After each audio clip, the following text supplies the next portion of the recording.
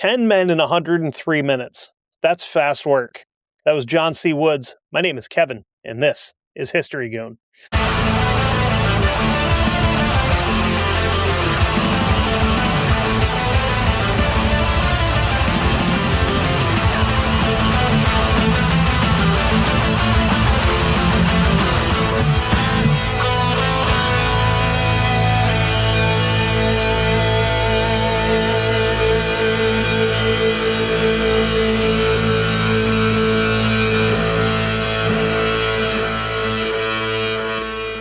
What is going on, everybody? Wow. Back at it again. Almost feels like I didn't stop recording from the last episode. It's only been 4 hours in between. But I was off. I've been off today from work, and I'm off tomorrow. So I've got a couple more episodes. I might record another one either tonight or tomorrow. I haven't decided yet. But again, if I sound different, I'm trying to get my eyes fixed somewhere in my glasses again because the screen hurts because I'm old. I should just get some blue light blockers, probably be a good idea, but these are like prescriptions, so may as well just wear them because I'm supposed to and all that, You need to be able to see, whatever, you fucking dork. Seeing is for losers. Anyway, throughout time, we as a species have come up with all kinds of creative and disturbing ways to kill each other for some reasonable and some exceptionally dumb reasons. What we're talking about this week is when executions don't go the way that they're supposed to and end in horrifying and sometimes hilarious ways. Our first story is that of Margaret Pole, the Countess of Salisbury. I'm not going into the entire royal bloodline thing because it's way too complicated and convoluted for now. Just let it be known she's probably some type of lizard because that's just how the royal family works. Either way, she's the only surviving, for now, daughter of George Plantagenet and the niece of Edward V. IV. And the niece of Edward IV and Richard III. She's arrested in November of 1538 for her involvement in the Exeter conspiracy, which is some flowery royal bullshit plan to overthrow Henry VIII and replace him with Henry Courtenay, who was the first Marquis of Exeter. I'm not going to pretend to understand any of what I just said. As far as I'm concerned, as an American, I haven't had to worry about what the British royalty has cared about in quite some time.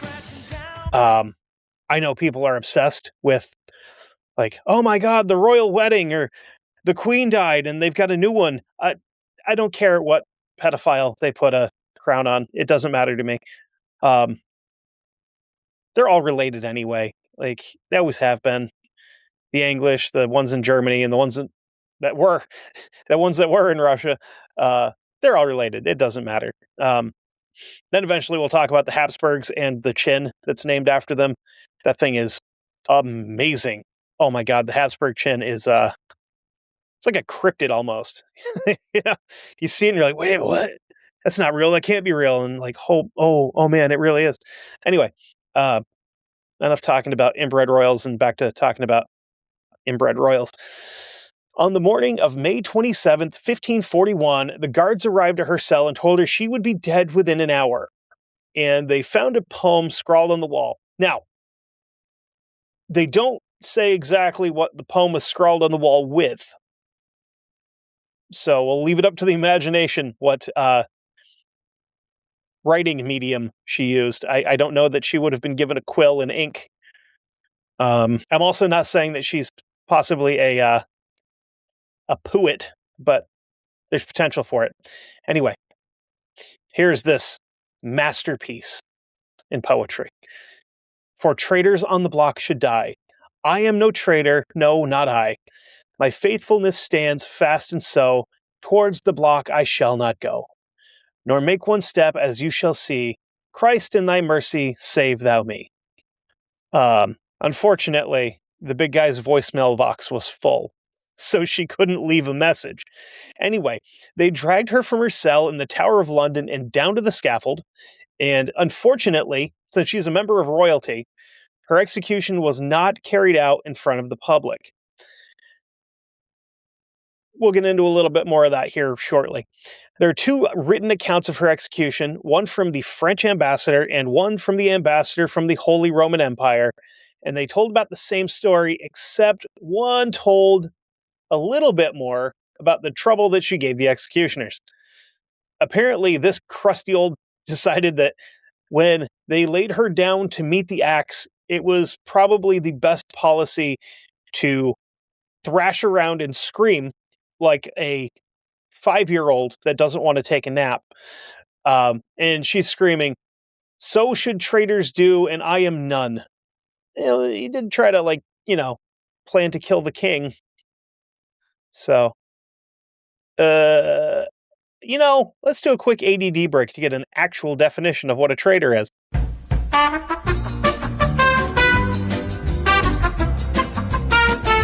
Oh, wow, look at that. She's literally the textbook definition of a traitor. Traitor, a person who betrays a friend, country, principle, etc. Oh, weird. So, your stupid poem was completely unnecessary. Sorry. Yeah, you are a traitor, loser. The headsman raised the axe in front of the 150 onlookers, all of which were highborn, and drops the steel. He raises it again and slams it down again and again and again. With her flopping around and making everyone's life difficult, it took 11 strokes of the axe to kill her. Not clean, not quick, not painless. The axeman didn't so much decapitate her. He more smashed her skull to bits and took her head off with blunt force trauma. Which sounds pretty bad. I mean, I think given the opportunity, well, no. If I was in this situation and they're like, "Hey, we're going to kill you," probably going to be like, "Hey, just make sure it's sharp and make it quick, please."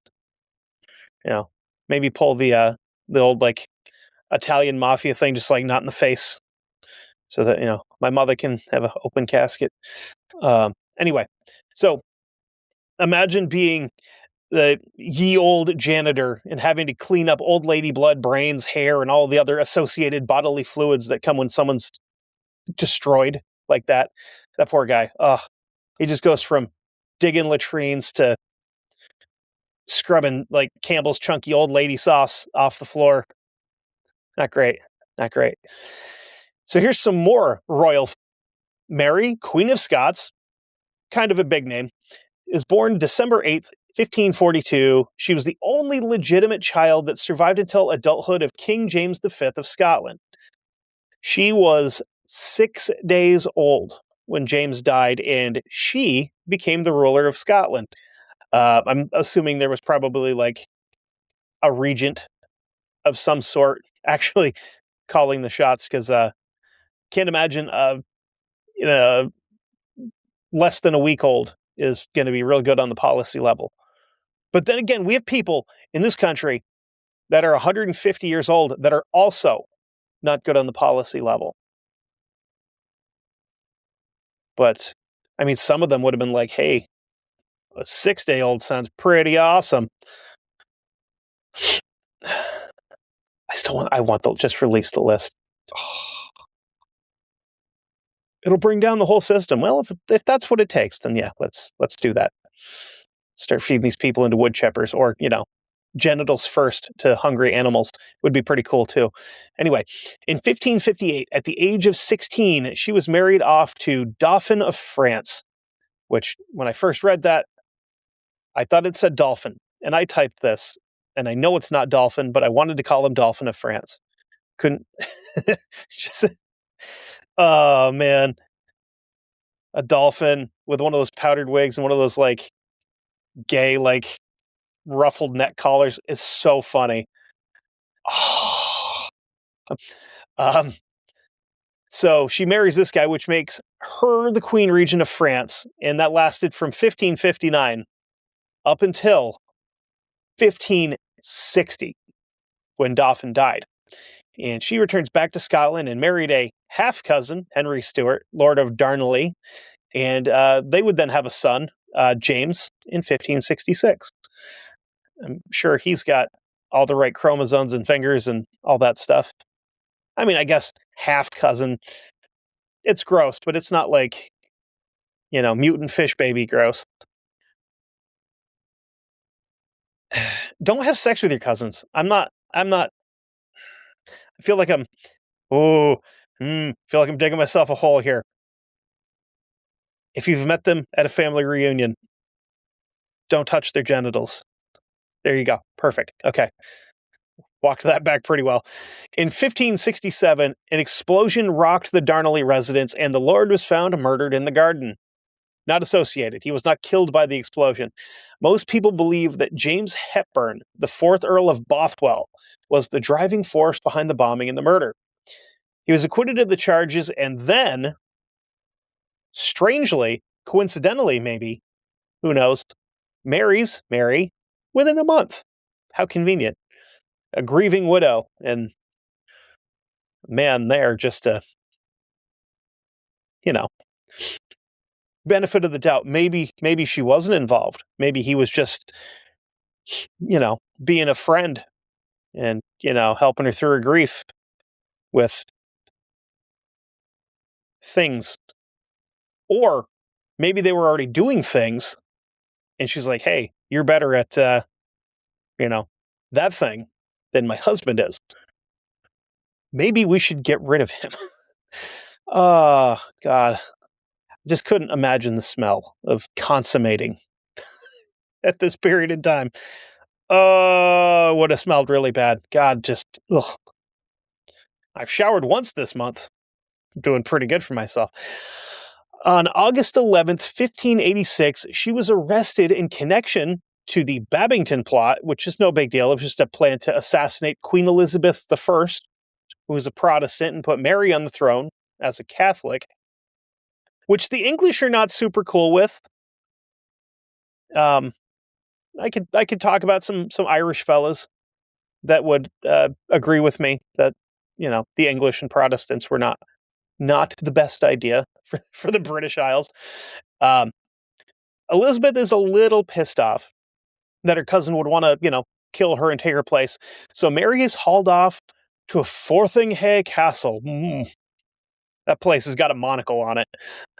During the trial, she declared her innocence repeatedly, saying, quote, "Look to your consciences and remember that the theater of the whole world is wider than the kingdom of England." Then she was sentenced to life in prison. And unfortunately for her, that would be a very short life sentence. 4 days after she was sentenced, guards came to her cell on February 7th, 1587. She spent her final hours sorting her affairs and praying when the knocking came on the cell door. She walked to the freshly constructed scaffold and up the stairs, because this is royalty. We're not just going to use the regular old smashing your head off gallows or scaffold or whatever. We have fancy ones. This is made out of nice wood. We didn't go to Home Depot and buy all the crooked stuff and just slap together some ramshackle, execution platform.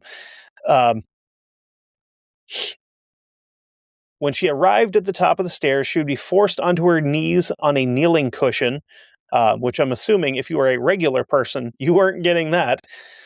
The executioner asked for her forgiveness, which was common when executing a noble. And she says, quote, "I forgive you with all my heart, for now I hope you shall make an end to all my troubles." Her handmaids helped her remove her outer layers to reveal a crimson-brown petticoat, which was a common color for such a garment in cases like this. It really brings to mind that scene in Deadpool with this guy wears brown pants. And that's because the peasants witnessing this execution would try to tear pieces of clothing off as a keepsake, which is weird by today's standards. But having trophies for stuff like that, kind of normal back then. She's blindfolded and helped to the kneeling cushion, and her head was placed on the block. Her last words were, quote, "Thanks, editor." One executioner held her in place as the other raised the axe. So, I'm not sure if these guys have like, not like an employee handbook on how to execute people. But they potentially would have learned him and like, we had one that flipped and flopped around, and that was really hard. So we're gonna have somebody just like sit on her back or something.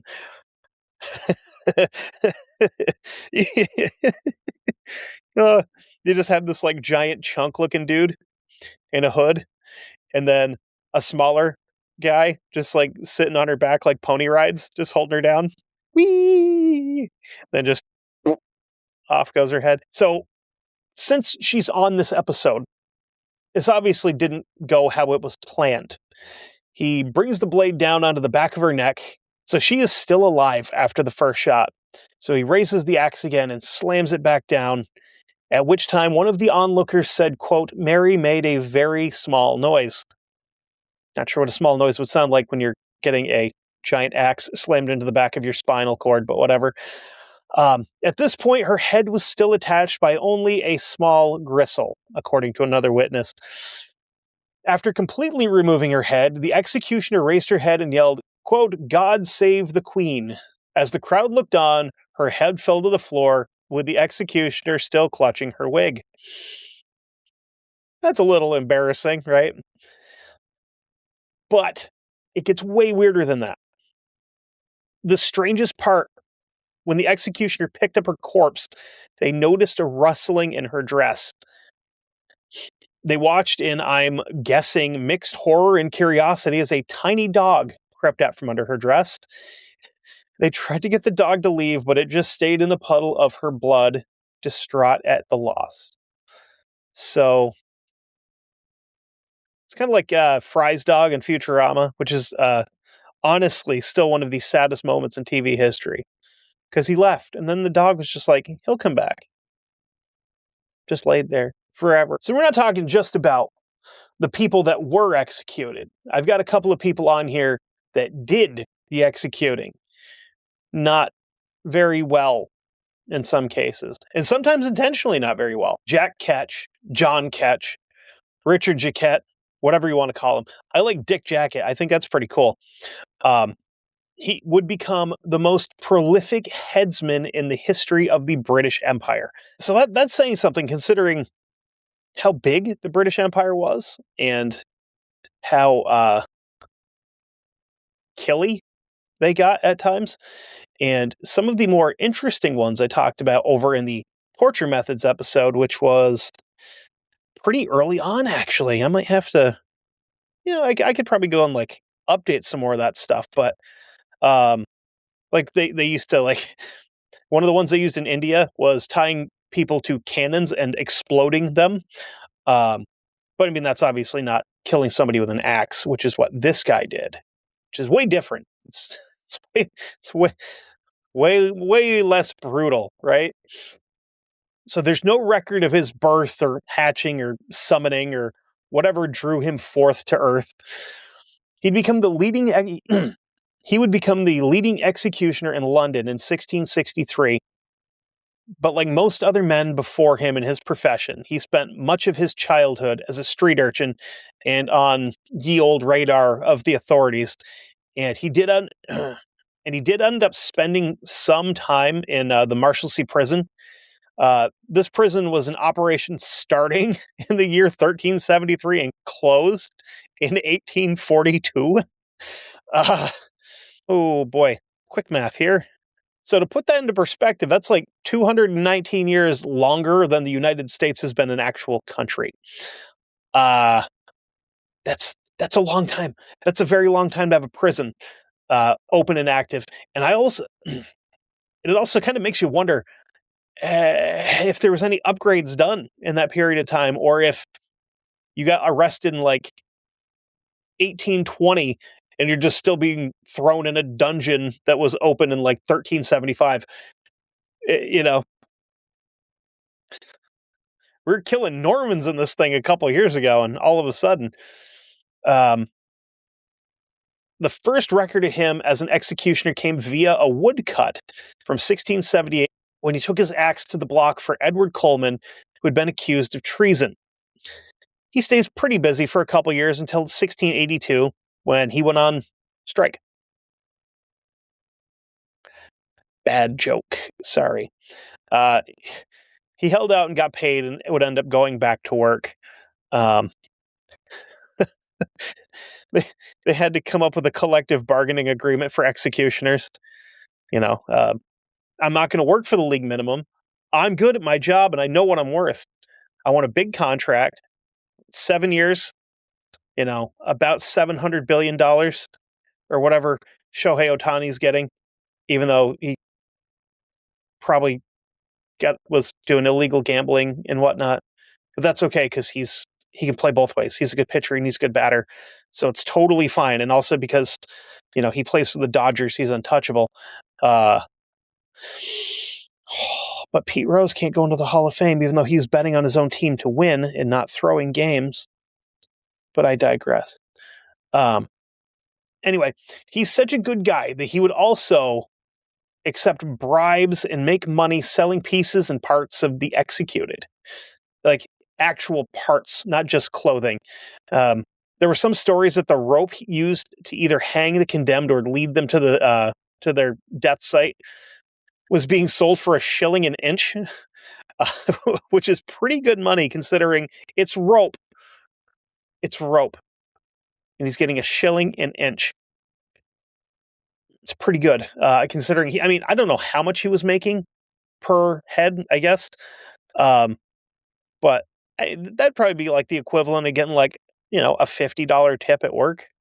Like, oh, here's a 50. That was really good.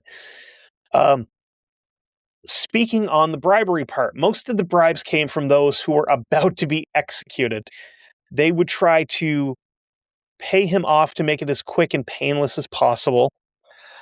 The scary part is, like, at this point when they hung someone, it wasn't the way that we think of now, where it's like the short drop method, where it's just like you get the noose around the neck. I'm not going to go into detail on where you're supposed to place the noose, just in case anybody has ideas. But if you're thinking about that, talk to somebody. Fucking seriously. Don't do that. Get help if you're thinking that that's a good idea. Sorry to break off into like a suicide awareness thing there. But anyway, this isn't like that where it would be like, noose, trapdoor, you're gone. This was more akin to like a lynching, and it would take up to 45 minutes. And if you're not familiar with what lynching is, it's you put the rope around the neck, you throw it up over, in this case, probably like a lamppost of some sort, and you just haul up on the other end until they come up off the ground and they just strangle instead of breaking the neck like a more humane hanging would be. But this guy decided how long it would take for you to die by hanging. Because like if you gave him a good bribe, he'd probably get you up there and like maybe drop the rope and grab it, like as you're falling, grab it and yank back and try to, I don't know, maybe break your neck or something. One of the most notable executions was that of One of the most notable executions was that of Lord William Russell in 1863, who was convicted for his role in the Rye House plot to kill King Charles II. The word spread that it was botched because Ketch was not very good at his job. Other rumors were spread that he was bribed to make it even more painful than it needed to be. After the first stroke of the axe, Russell turned his head. So think about that for a second. This guy just slammed an axe into the back of your neck, and somehow you went, hey, how? Actually, what he said was, quote, "You dog, did I give you 10 guineas to use me so inhumanely?" And then it took another 3 blows to manually separate his head from his body. So yeah, that's pretty not great. I gave you money to do this right. Yeah, but now you're being a bitch about it. You're running your mouth, and now I'm going to make it worse. His next big one was 1865 when the Duke of Monmouth knelt in front of Ketch. And keep in mind, he's been executing people professionally for over 20 years at this point. He raises the axe and swings down into the back of the Duke's neck. Many people said that they heard Monmouth say, "Too dull." And then Ketch swung 4 more times before he had to finish the job with a knife. The execution was so gruesome and disturbing that Jack Ketch had to make his escape with military guards. He would then go on to die in 1686, and for the next couple hundred years, his name would be given to a series of different things like Ketch's Kitchen, which was the nickname for the room in the Newgate prison where the limbs of those tried for high treason would be boiled. And for a while, they took to calling nooses Jack Ketch's necklace. So, man, that guy was a real piece of crap, like, he sucks. Now, let's get on to another funny one. Funny, sad, however you want to look at it. I'm just here to deliver the facts, so you can form your own opinion on how you feel about this. Joseph Samuel was convicted of robbery in 1795. He was then transported to the world's largest prison, Australia, as part of a group of 297 convicts. Australia is not a prison anymore, I guess. But, I mean, it was. I have an Australian listener. Actually, I've got 2 Australian listeners. So, let's see what you guys think of that. And don't think I've forgotten about you. I'm going to get around to your Robin Hood next season. I promise. It's going to be so much fun. Robin Hood, John Dillinger, whatever you want to call him. He had excellent hair and a really sweet mustache. The early years of the Australian penal colony were pretty wild. They basically just turned these guys loose in small settlements, and the guards didn't really worry too much about anybody getting away. Because if they did, they kind of figured that you'd have that Jurassic Park moment, life finds a way. But in this case, life is actually crocodiles and poisonous snakes and spiders the size of cocker spaniels that will kill and eat you. But this turd escaped with a gang, and they robbed the house of a wealthy woman, and in the getaway, they killed a policeman that was guarding the house. So this woman had so much money that she had a private police officer to guard her house. So the gang is then hunted down and captured and put on trial. The other gang members were acquitted due to lack of evidence, but because the woman that owned the house pointed the finger at Samuel as the culprit, he's convicted and sentenced to death by hanging. September 26th, 1803, he was tossed into a cart and taken to the cartoonishly named Parramatta, where a crowd of hundreds had gathered. In Australia, I'm not picking on you. I like you guys. Steve Irwin is literally the best human being that's ever existed. And let's be real, I'm a dad. I've seen every episode of Bluey about 10 times. It's a fantastic show. And also, like, one of my recent favorite TV series wouldn't be a thing if it weren't for, you guys, because pretty sure that, well, is he from New Zealand? Is he a Kiwi? I don't remember. Doesn't matter, I guess. But What We Do in the Shadows, like the movie, was really good, and that kind of spawned the TV show, which is also fantastic. The noose of hemp was placed over his head and tightened around his neck. And again, this is a different hanging method than what was still common, where instead of, like I just mentioned with Jack Ketch, where it was a lynching, or you have a trapdoor, short stop, sudden, short drop, sudden stop, neck break. This was, I think they called this the cart method, where they'd put you in a cart, and obviously the noose is tied to something underneath the cart, like above the cart. And then they get the cart to move like real quickly to drop you out the back of it and try to break your neck. But more often than not, it didn't break the neck. You just kind of sway there and strangulate for however long it takes. I know Irma Grease was like 18 minutes and just worth it. That woman sucked. Anyway, the rope that they used was rated for 1,000 pounds for 5 minutes without breaking. The man that was hanged with Samuel died after just a couple of minutes, but Samuel was lucky. His rope was slightly too long, and he fell and sprained his ankle when he landed on his feet. So the hangman fitted him for another brand new, fresh hemp noose. And they force him back up onto the cart. Cart takes off again, and he falls from the cart. This time, when he fell, the noose slipped off, and he landed pretty hard, like basically face first on the ground.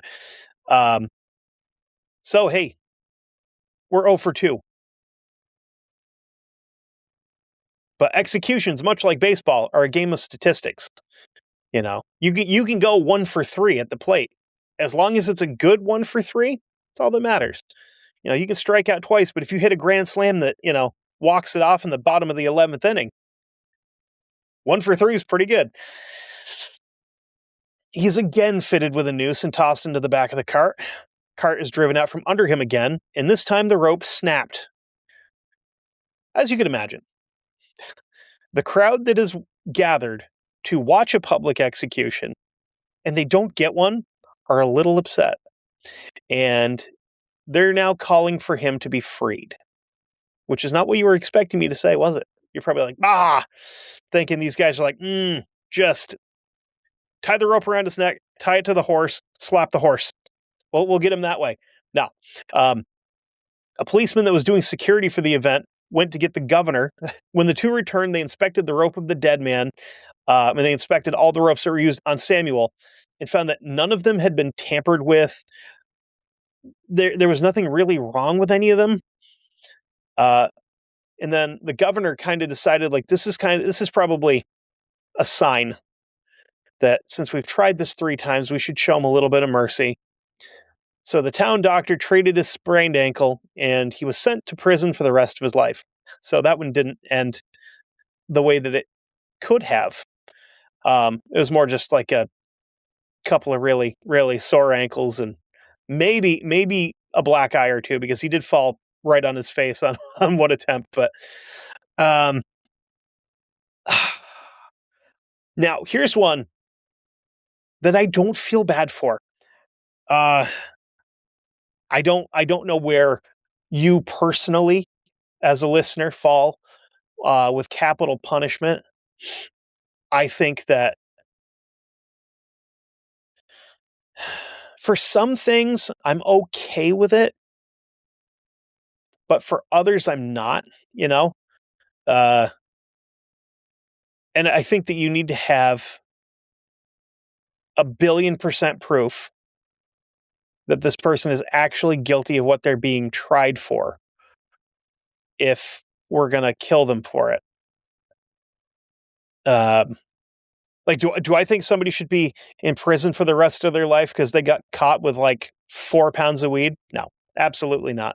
That is retarded in the most scientific term used for that word. But in this guy's case, I would have executed him personally with my bare hands. I wouldn't have given him the opportunity to go through what he went through. I would have more than gladly beaten this guy to death with a shovel. Jimmy Lee Gray was convicted for the murder of 3-year-old Duressa Jean Scales in 1976. 3 years old. God. He kidnapped her and raped her repeatedly. Now, the part of this story, other than the act of hurting this kid, that bothers me the most is he was out on parole after serving 7 years of a 20-year sentence for the murder of Elda Prince, who was a girl that he was dating at the time of her death in Parker, Arizona. So for the murder of Scales in Mississippi, he was sentenced to death in the gas chamber in 1983. He would be the first person executed in Mississippi since 1976. So about 9 years. The day of his execution, he was led into the gas chamber and strapped into a chair, at which point in time, the curtain would come up so that the witnesses that were there could watch the execution. One of those witnesses was Dan Lowasser from the United Press International. The setup for the chamber was kind of different, where there's they have to secure the chair in place, right? So instead of, I mean, personally, if I was going to do this, right, I would have like lag bolted the chair into the concrete floor because you can do that. They, this gas chamber has an iron bar that runs that runs from the floor up into the ceiling, and the chair was basically just strapped to the iron bar. You can probably see where this is going a mile away. Before the execution, when he was being strapped in, Lowasser noticed that there is no head restraint on the chair. The room was filled with cyanide gas, or as our German friends would have called it, Zyklon B. And as the gas crept into his lungs, he starts thrashing as it's killing the cells in his lungs, heart, and brain. So the way that works is, if I remember correctly from seeing pictures, you have the chair that they sit in, and then underneath, like attached to the bottom of the seat part, there's a little tray that has like solution in it. Don't make that joke. With the uh, the pellet, the cyanide pellet on a platform above the solution, where it's like remotely dropped in after the room is sealed. No. And then it like dissolves in the solution, which creates the gas, which is the same thing that happens if you accidentally mix like ammonia and bleach, where you know, commit a World War I war crime in your house while you're trying to clean. So he's in this chair and he's thrashing all around, right? And he's slamming the back of his head against the pole repeatedly. He did. He ends up slamming his head against this pole so many times that it knocked him out, and then he eventually would succumb to the gas while he was unconscious. Lowasser said, quote, Jimmy Lee Gray died banging his head against a steel pole in the gas chamber while reporters counted his moans. Oh, no. Anyway, Jesse Tafaro killed a 9-year veteran of the Florida Highway Patrol, a man named Philip Black, and an Ontario provincial police officer, Donald Irwin, who was visiting his friend, Officer Black. Tafaro, his wife, and kids were passengers in the vehicle when the when the murder happened. Another man named Walter Rhodes was driving the vehicle. So to kind of set the scene here, everybody in the scumbag's car. I don't know that everybody in the car is a scumbag, but they're scumbags in the car, meaning that it's the scumbag car, right? So everybody in this car is sleeping when Officer Black approaches the vehicle to see if everybody's okay. He looks through the window and sees a gun on the floor. And when Tafaro and Rhodes exited the car, because he's like, hey, you can't be here and you can't have a gun in the car. According to Rhodes, Tafaro grabbed the gun and shot both officers, and then they took the police car to get rid of it. Eventually, after dumping the police car, the whole crew was stopped at a roadblock and taken into custody. Since this happened in the late 80s in Florida, Tafaro's days are numbered, and he had a date with Old Sparky. Old Sparky, if if there was a Lifetime Achievement Award for state-sponsored killing people, Old Sparky would have gotten it by now. On the day of his execution, he was strapped into the chair, his shaved head was pressed into the skull cap, and a sponge was placed between his scalp and the cap, which is all kind of like part of standard operating procedures for deep frying a human. So basically, the reason they do this is because, so to be Bill Nye the Science Guy for a second, water helps conduct electricity. And so does metal. And when you're touch metal to electricity while you're on a ladder, that's not fun. Ask me how I know. So the reason that they want more conductivity is so that they can kill you faster. That is, if the correct sponge is being used. The facility had run out of the natural sea sponges that they were using that were a more common use for this. And the staff member in charge of getting the sponge, he's like, well, we don't have any more of those. So he just grabbed a synthetic sponge, which is different in a very interesting way. This causes the electric chair to malfunction. Uh, the process required 3 jolts, and on the third jolt, 6-inch high flames shot out from under the cap and partially burned him. The whole process took about 7 minutes to electrocute this man to death. One of the inmates claimed that the chair had been tampered with to cause more pain than necessary due to him killing an officer of the law, where other inmates claimed that, less conspiratorially, that they could smell burning flesh weeks later from their cells that were in the same area as the electric chair. Oh, and the best part is, not too long after Tefero was executed, Rhodes recanted his statement and took full blame for killing the officers and said, I was the one that actually pulled the trigger. So, I don't know if maybe he was like, well, they're going to kill me too. Maybe if I just come clean, they'll give me a good sponge or just, I don't know, shoot me or something. But I'm having fun talking about the electric chair, so let's keep it up. Alan Lee Davis in Jacksonville, Florida, killed 3 people May 11th of 1982. Nancy Wheeler, who was 3 months pregnant, and her 2 daughters, Christina, 10, and Catherine, 5, were both shot multiple times. Technically, he could be charged for 4 homicides. But that's getting into politics and splitting hairs, and, let's not do that. We're having fun talking about people getting executed. So he shot all 3 of these guys multiple times. He shot all 3 of these women multiple times. Well, women and 2 girls. And after Nancy was shot, he hit her in the face 25 times with the .357 that he used. And when the police got there, they said that she was, quote, unrecognizable as human. That's how badly he beat her face in.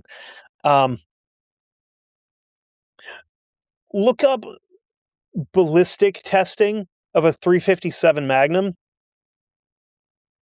and then imagine what that would do. No, don't imagine what that would do to a small child, because it's horrible. But a .357 is a large round. Let's put it that way. So this piece of shit was marched to the chair July 8th, 1999. The witnesses said during and after the execution period, blood sprayed from his nose like a faucet. Officials claimed that it was a nosebleed, but due to all that, he would be the last batch of extra crispy fried person that Florida would make. Fun fact, his last meal was lobster tail, fried potatoes, half a pound of shrimp, 6 ounces of fried clams, half a loaf of garlic bread, and a 32-ounce A&W root beer. I mean, it's a pretty good dinner, The only thing, I'm reading this again. The only thing I think I would change is I would swap the lobster tail for crab legs. Yeah, I think, half a pound of shrimp, I could do that. Fried clams, yeah, that's good. Half a loaf of garlic bread, yeah. It depends, are you cutting it half a loaf like the long way or in the middle? And I can always cook with a root beer. A&W is not my jam. I'm a Barks guy, for future reference if I ever have to have my final meal. But yeah, that would. You know what? Hey, what the hell? If you're hearing this, comment on this episode on Spotify or YouTube, and what's your last meal? Let's hear it. That's not that'd be fun. Let's see. I'd want to go with something classic. I'm going to remember that this is my last meal. I'm going to go with I want some shepherd's pie. I want good shepherd's pie though. Want some Spanish rice. That's always good too. Um, like a couple of good slices of like a really crusty bread, like from a bakery that's not the dog you at the grocery store that's got like 1,000 ingredients in it. Well, just like a good, like a big chunk of like really good bread with some butter and then peanut butter on it. Maybe throw some honey on there too, if good behavior and whatnot. And then man, just a bucket of strawberry ice cream to wash it all down.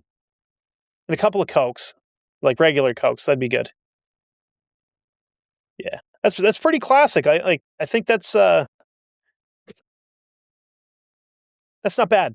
I think that I could go to the I get, I think I could go and face the wall happy after a meal like that. So anyway, let's talk about another executioner. And this guy was our and this guy had our quote for the beginning of the episode. John C. Woods was born in Wichita, Kansas, June 5th, 1911. He joined the Conservation Corps in 1933, but went AWOL for 6 days for refusing to work and then was dishonorably discharged shortly afterwards. Dishonorable discharge or not, World War II kicked off and we need bodies and uniforms, and Uncle Sam took all 5'4", 130 pounds of John C. Woods. This part is crazy because when I'm telling you that this guy is an executioner in the military, you're not going to really expect this route. March 30th, 1944, he was assigned to Company B, 37th Engineering Combat Battalion, 5th Engineer Special Brigade. There is no report that he went AWOL or missing or anything like that with this group, which means this guy took part in the invasion of Omaha Beach on June 6th, 1944. He was on the beach at Normandy. You'd think that if they had just brought this guy in to be an executioner, they would have just done so. And like, okay, well, we'll get you on a plane from England to wherever. But that's not the case. He had to earn the job. He applied for and was accepted into the 2913th Disciplinary Training Center in October of 1944 and trained as a hangman. There is every possibility that he lied his ass off to get this job, and that's probably so that he didn't have to return to combat. Also, around this time, he went from the rank of private to master sergeant. So between the end of 1944 and the beginning months of 1945, he has hung a bare minimum of 34 U.S. soldiers in France for insubordination or abandonment of post. So this guy's job took him from an E1 as a private to an E8 as a master sergeant, which is pretty impressive. There's a lot of dudes that are in the military for 15, 20 years that don't make it that far. Anyway, he would also assist in the hanging of 3 other soldiers. Either way, of the 37 he took part in, 11 of them were completely bungled in one way or another. June 29th, 1945, he finally started hanging Germans. He hung 3 for the murder of Lieutenant Lester Roos. Then November 10th, he hanged 5 more Germans involved in the Russelheim massacre, which was pretty not good. You don't just have an event and get the word massacre attached to it and have it just be lollipops and blowjobs. It's not good. But now, his big moment, like he's been training all his year for this. November 20th, 1945, his starring role at the Nuremberg trials begins. 12 scumbags were condemned to die for war crimes and crimes against humanity. Shocking. Hermann Göring, the leader of the Nazi Party, who was tried in absentia, was later found dead by suicide. Joachim von Ribbentrop, which That name will come up again in a future episode. He's the Minister of Foreign Affairs, Wilhelm Wilhelm Keitel, Field Marshal of the Wehrmacht. So he is the leader, the highest ranking member of the Wehrmacht, which the Wehrmacht was just the standard German army. That's the part where I usually remind people that not everybody that was in the German army were Nazis. A lot of these guys were drafted or went to fight voluntarily for their country without knowing about all of the terrible that the SS was doing. But anyway, he's going to hang some of them. Ernst Kaltenbrunner, who's the chief of Reich Security, Alfred Ernst Rosenberg, head of the Office of Foreign Affairs, Hans Frank, head of the Nazi government in Poland, Wilhelm Frick, Reich Minister of the Interior, Julius Streichner, member of the Reichstag, Fritz Saukel, head of the Labor Department, Alfred Jodl, chief of operations for the Wehrmacht, Arthur Seyss-Inquart, who's the Chancellor of Austria during the later days of the war. Also, most of these guys are like super high-ranking members in the SS, so I'm okay with them dying. Now, we talked about a couple of women earlier this season. One of them was executed at Nuremberg. I don't know if he did it, but God, I hope he did, because it would have been so much better if he had hung Irma Grease. Oh, he would have made her life, death miserable. So now let's get to the fun part. Our buddy Woods would be the one carrying out all of these hangings. The U.S. Army, to this day, still stands behind their stance of all of these errors were exactly that, errors. They were not done intentionally. Wink. Woods decided to use the standard drop method of hanging instead of the long drop. Long drop has a much better success rate for neck breaks, but also has the possibility of just straight up ripping your head off.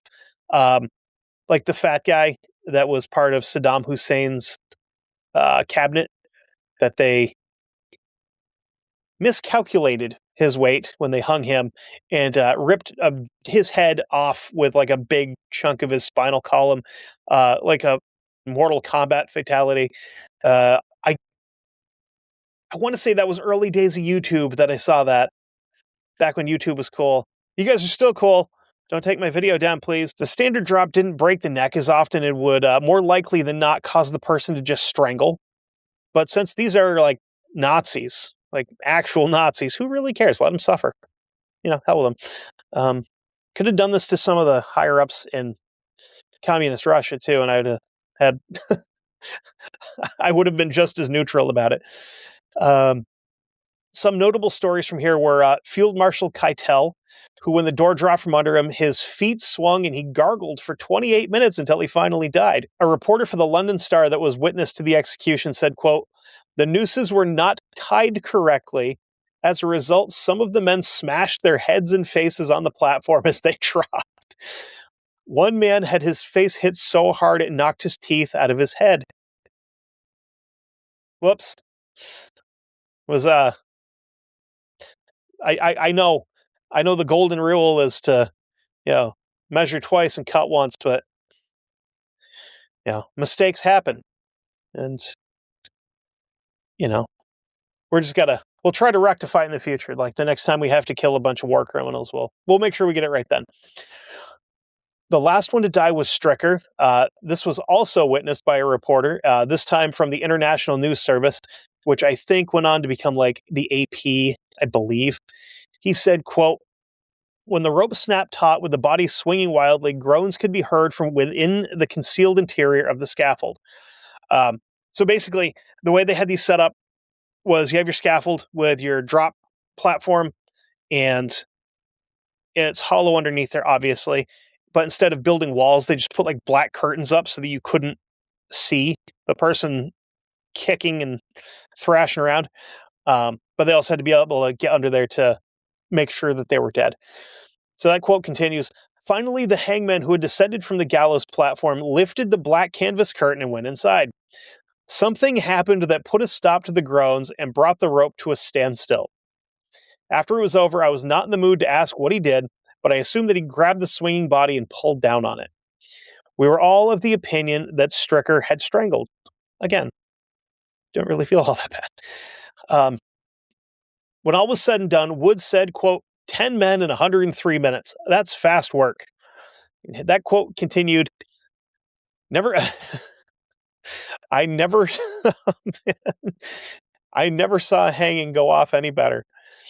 We have another quote here that we'll end this section on. Quote, I hanged those 10 Nazis and I'm proud of it. I wasn't nervous. Fellow can't afford to have nerves in this business. I want to put in a good word for those GIs who helped me. They all did swell. I'm trying to get them a promotion. The way I look at this hanging job, somebody has to do it. I got into it kind of by accident years ago in the States. So, what you mean by that when you say that? Kansas in the early 1900s. I wonder if they were lynching black people. Probably. In total, he would execute 92 men in his career. That's outside professionally, not at the amateur level, because we don't know how many he was involved in there. He stayed in the army until his death in July 20. He stayed in the army until his death, July 21st, 1950, when he himself was executed accidentally when he was trying to repair a lighting set and he was electrocuted. So that's that was some botched executions and the fellas that botched him. Or did they? In some cases, who knows? Maybe they intentionally fucked him up. You guys seem to like the episodes where it's like I just have a topic and then there's a bunch of stuff like different little side pieces in it. So I wanted to do another one of those. They're fun. But yeah. And we're gonna have a very similar episode next week with less executions, I guess. There's still people dying. But I mean, it's history and it's my show, and that's kind of a common theme here is talk about people dying in history because it's kind of a thing that happens pretty frequently. But anyway, until then, you should head over to Patreon, patreon.com/1159 media. $5 a month gets you early access to History Goon. It gets you early access and backdoor access to Guestnicity with Luther. Gets you early access and backdoor access to the Never Daily with Sam. And I believe it's his sister that's on there now too. She did a super fascinating topic a couple of weeks ago. Like, I'm a member, right? So she was talking about, oh my goodness, I can't even remember what it was called. But she got like super in depth about this topic. And she's like, nobody's commenting on anything anymore. People are leaving. We're like, no. We're listening. Keep talking. Keep telling this because it's fascinating. And you also get early access to 911 calls with the operator, who at this point in time, you would have seen the last episode where Sam was on there. I still have to get Op on here sometime because he seems pretty cool. But yeah, I made as of the time of recording this, I posted on Facebook on the page, which if you're not in the group, you should be, because we're just like slinging history memes and being dorks. It's fun. I made a post that I've got the rest of season 2 mapped out. I just have to have time to write, record, edit, and do like post-production stuff. So if anybody knows how I can make extra time, this would be a hell of a lot easier to do if I could do this full time and get paid for it and not have to work my regular job too. But anyway, until I can do that, if you want to support the show, you want to support me directly, I have a Ko-Fi. It's ko-fi.com patreon.com/historygoonpod. Any donation you make there goes directly to me as the creator. Very much appreciated. If you want to throw me a couple of bucks, that's awesome. If you don't, that's also awesome. But if you don't want to pay me, which, I mean, I don't want to pay me, spread the word. Tell people you work with. Tell friends. Tell people you don't particularly like that there's some dickhead with a history podcast that's kind of funny. You know, and he's also got a YouTube channel, youtube.com whatever, search History Goon Podcast and you'll find me, where you can watch the video and see my super cool backdrop that is fantastic. And I just noticed that my son has moved Snorlax onto my rifle, which is fantastic. But until we meet again, we're all going to die someday. So go out and do some goon shit and leave a mark on the world. Maybe not like some of these guys, though. Okay, love you. Bye.